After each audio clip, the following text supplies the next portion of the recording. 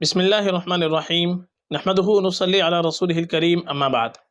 ناظرین کرام، ایک صاحب ہیں نعیم احمد، انہوں نے سوال کیا: السلام علیکم مفتی صاحب، عبد الرحیم نام کی ویڈیو بنائیں پلیز۔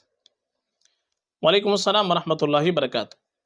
دیکھیے، جو نام آپ نے پوچھا ہے عبد الرحیم، اس کا معنی بنتا ہے عبد۔ عبد کے معنی تو آتے ہیں بندہ، غلام، محکوم، اور رحیم یہ اللہ تبارک و تعالیٰ کا صفاتی نام ہے۔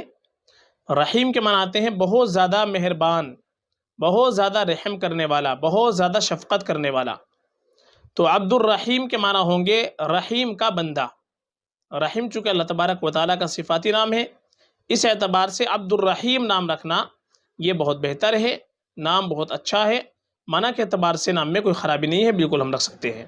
اور اس طرح کے نام رکھنے کی باقاعدہ ترغیب بھی آئی ہے کہ جن ناموں کے اندر عاجزی ظاہر ہوتی ہو، اور ایسے نام اللہ تبارک و تعالیٰ کو بہت زیادہ پسند ہوتے ہیں۔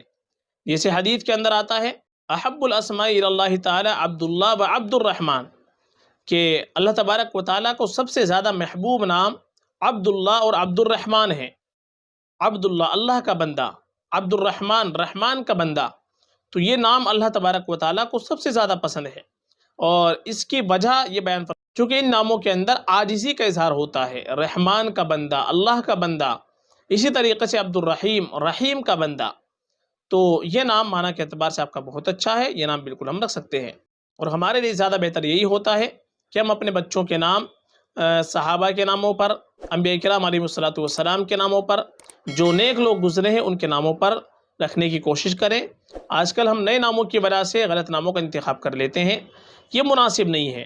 چونکہ اگر ہم کسی کو یہ نام بتلاتے ہیں عبداللہ، عبد الرحمن، عبد الرحیم، تو ان ناموں کو اولڈ نام بتلا دیتے ہیں کہ یہ تو پرانے نام ہے، حالانکہ یہ نام اللہ تعالیٰ کے نزدیک بہت زیادہ پسندیدہ ہے، لیکن ہم نئے ناموں کی وجہ سے ان ناموں کی طرف توجہ نہیں دیتے ہیں جو بڑے خوبصورت نام ہوتے ہیں، اس لیے یہ نام آپ بالکل رکھ سکتے ہیں فقط، واللہ اعلم۔